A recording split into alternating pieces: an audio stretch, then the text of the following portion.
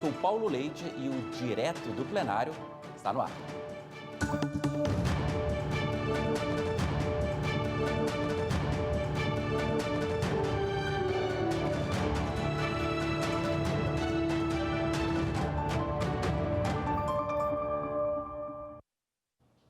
Você acompanha a qualquer momento e ao vivo aqui com a gente a sessão de hoje no Tribunal Superior Eleitoral.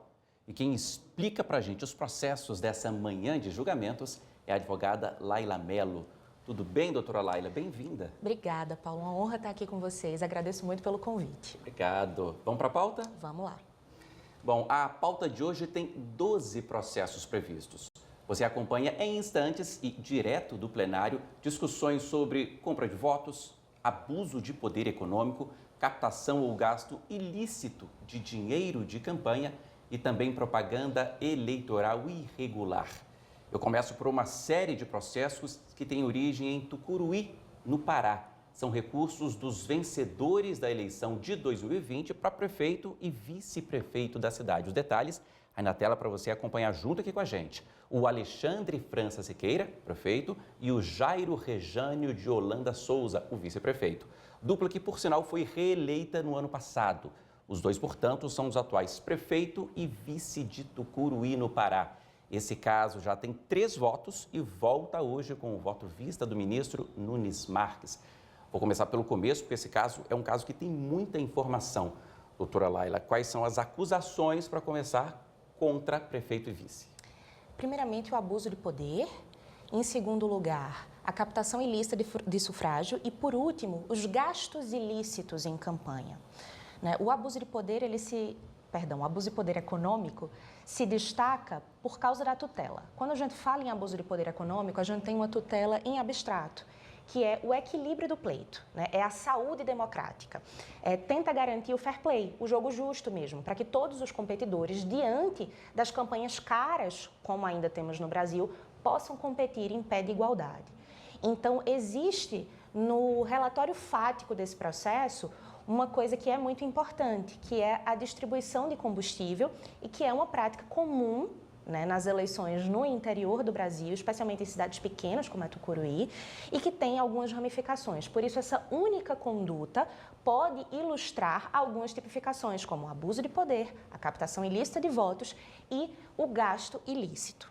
Você até me explicava que eu tinha uma dúvida que antes mesmo da gente entrar aqui no ar, a gente conversava sobre o abuso de poder, que a Justiça Eleitoral, de forma geral, tem uma grande tese, que é tentar fazer com que a campanha seja igualitária, que tenha uma paridade ali de armas. O abuso acaba com isso, né? Exato. Por que é que tenta-se evitar tanto o abuso de poder econômico, Porque com a influência injusta de um candidato que tenha mais poder aquisitivo do que outro, de fato, a gente descalibra e interfere no cenário, no panorama que é recebido pelos eleitores. Há uma tentativa, com abuso de poder econômico, de sedução, de convencimento equivocado daquela comunidade eleitoreira para que siga aquele que tem mais dinheiro.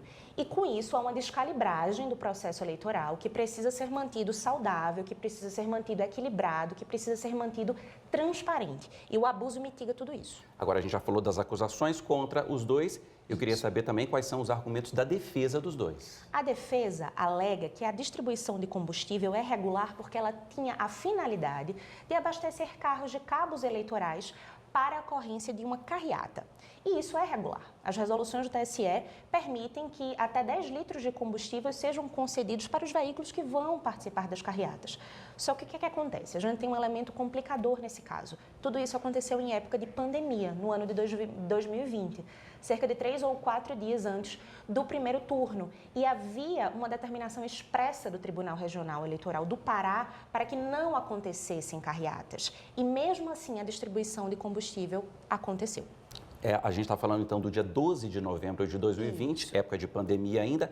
A eleição foi pouco depois, como a senhora explicava aqui para a gente, lembrava, dia 15 de novembro Isso. de 2020. A gente já tem aí 3 votos.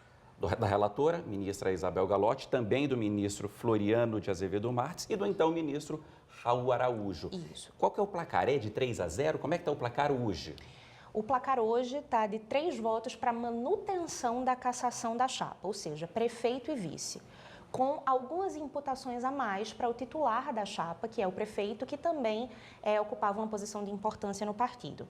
E, dentre essas penalidades a mais para o titular da chapa, tem a de maior gravidade, que é a de inelegibilidade, além de uma aplicação de multa. Agora, a gente segue, né? A gente volta aqui com o voto vista do ministro Nunes Marques. Outros ministros ainda têm que votar, né? Outros contando com o ministro Nunes Marques, outros quatro ministros. Agora, o que pode acontecer? Por enquanto, está 3-0 para caçar a chapa. Se isso for confirmado, o que pode acontecer? São novas eleições, um outro aspecto? O que a gente pode esperar? São novas eleições, inclusive essa chapa já foi reeleita, continua no mesmo município. E esses casos, eles demandam muito cuidado, porque o cerne da democracia é a escolha do eleitor. Então, quando a gente tem uma situação em que a chapa precisa ser cassada, de fato a gente está colocando o que é justo diante da vontade do eleitor. E essas esferas podem estar em oposição, que é o que a gente vê agora. Então, é um caso que é demorado, é um fato de 2020, a gente já está em 2025, mas são casos que, de fato, precisam ser analisados com cuidado. Uma vez que essa chapa seja cassada, outras eleições precisarão ser organizadas. Vão ser eleições numa esfera municipal, né?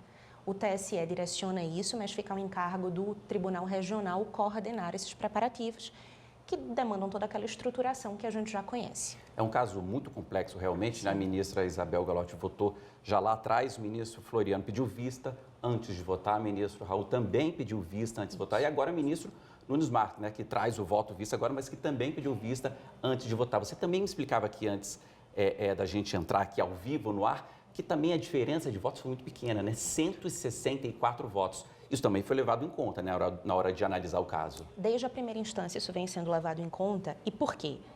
É uma cidade pequena, com um corpo eleitoral enxuto e que teve uma diferença muito pequena também na vitória dessa chapa. Porque um universo de 164 votos, o que vem sendo entendido pelo Judiciário Eleitoral é que pode ser justamente aquele grupo que foi beneficiado com a vantagem indevidamente oferecida diante da captação ilícita de sufrágio e diante do abuso de poder econômico, especialmente numa situação de crise. Isso já seria considerado em condições normais de temperatura e pressão, mas foi mais evidenciado diante do fato de ser uma situação de pandemia, de baixa de recursos e de manifestação maior das carências dos cidadãos.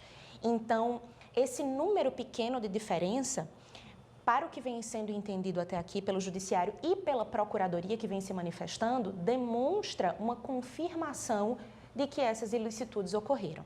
Ok, bom, é o primeiro caso, né, o conjunto de casos, né, que a gente analisa daqui a pouco ao vivo, direto do plenário do Tribunal Superior Eleitoral. Esse conjunto aqui de ações, portanto, são relatados pela ministra Isabel Galotti. A gente volta em instantes com o voto vista do ministro Nunes Marques. Bom, outro assunto importante da pauta dessa manhã é uma discussão sobre propaganda eleitoral irregular. Processo que tem origem na cidade pernambucana de Camocim de São Félix e que se refere às eleições do ano passado, eleições 2024. É um recurso de Félix Moreira da Silva Neto contra uma decisão do Tribunal Regional Eleitoral de Pernambuco. Que decisão é essa, doutora Laila, para a gente começar? Que ele contesta? Qual que é o objetivo dele no TSE? O objetivo dele no TSE tem uma discussão processual, porque essa petição inicial, ela começa alegando manipulação digital, né, de um discurso do candidato requerente, que foi divulgado nas redes sociais de opositores, com o que se alega ser o uso de inteligência artificial em detrimento, né, do candidato, que é uma prática vedada pela Justiça Eleitoral. Mas houve na petição inicial acumulação de pedidos de direito de resposta e de aplicação de multa, que é inerente à representação eleitoral por propaganda irregular. E são duas peças distintas. Inclusive, existe uma resolução do TSE, que é a 23.608, que em seu artigo 4º, ela veda expressamente que em uma única peça se cumulem ambos os pedidos, o de direito de resposta e a aplicação de multa por propaganda irregular. Porque o direito de resposta, ele é um direito mais sutil, que precisa ser avaliado com mais cuidado. A retirada de conteúdo meramente não o resolve e é a garantia de que, diante de uma ofensa ou de uma inverdade, aquele ofendido vai ter, no mesmo canal em que foi publicada a ofensa, o seu direito de falar abertamente. Então, por isso, não pode haver acumulação. Como houve acumulação nesse caso, houve um indeferimento da petição inicial.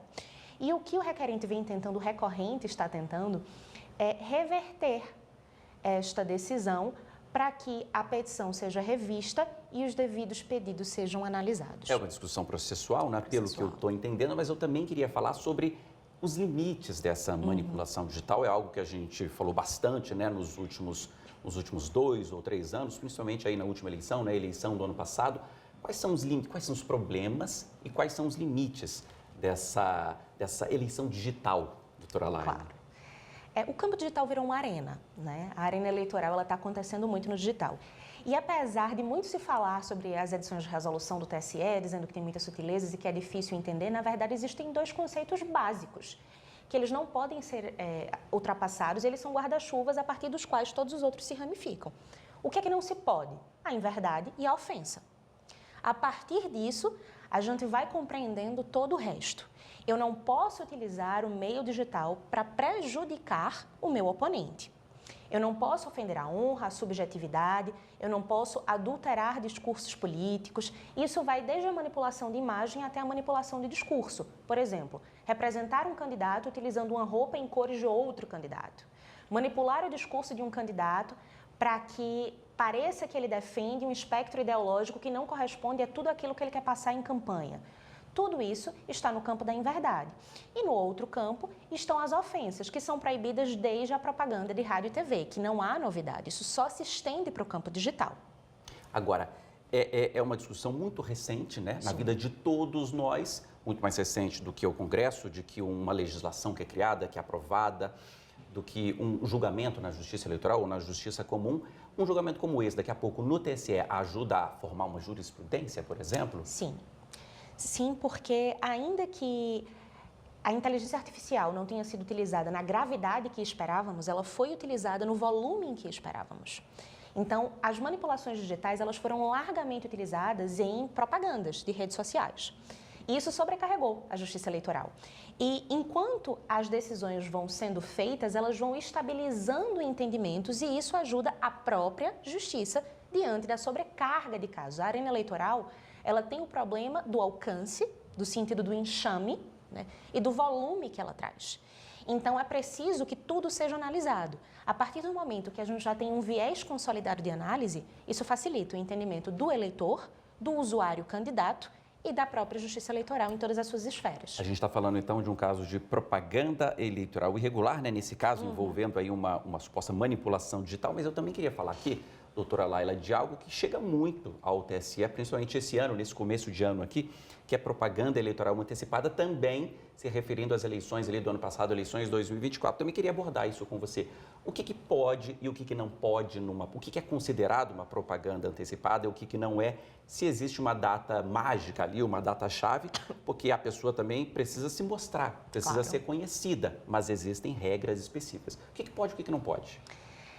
Existe uma data mágica, que é o dia 16 de agosto, a partir do qual a propaganda está liberada, e é preciso também entender os conceitos-chave do que é propaganda eleitoral. Qual o objetivo da propaganda eleitoral? Atrair votos para o candidato e influenciar positivamente o arbítrio do eleitor, mostrando quem é. Então, se a propaganda eleitoral é para pedir votos e incentivar o eleitor a votar em determinado candidato, a gente dá 2 passos atrás. O que é que poderia antes disso? É você se apresentar em potencial. Primeiro, o debate de ideias políticas, isso sempre é permitido. O pré-candidato, e por que é que não pode a propaganda eleitoral? Porque a propaganda é para candidatos. Se aquele indivíduo ainda não é candidato, ele não pode se apresentar como tal. Então, enquanto pré-candidato, que é aquele indivíduo que potencialmente pode chegar a uma candidatura, ele pode apresentar o seu potencial para isso. E o que é isso? O debate de políticas públicas, o que ele acredita ser benéfico para a saúde, educação, segurança, todos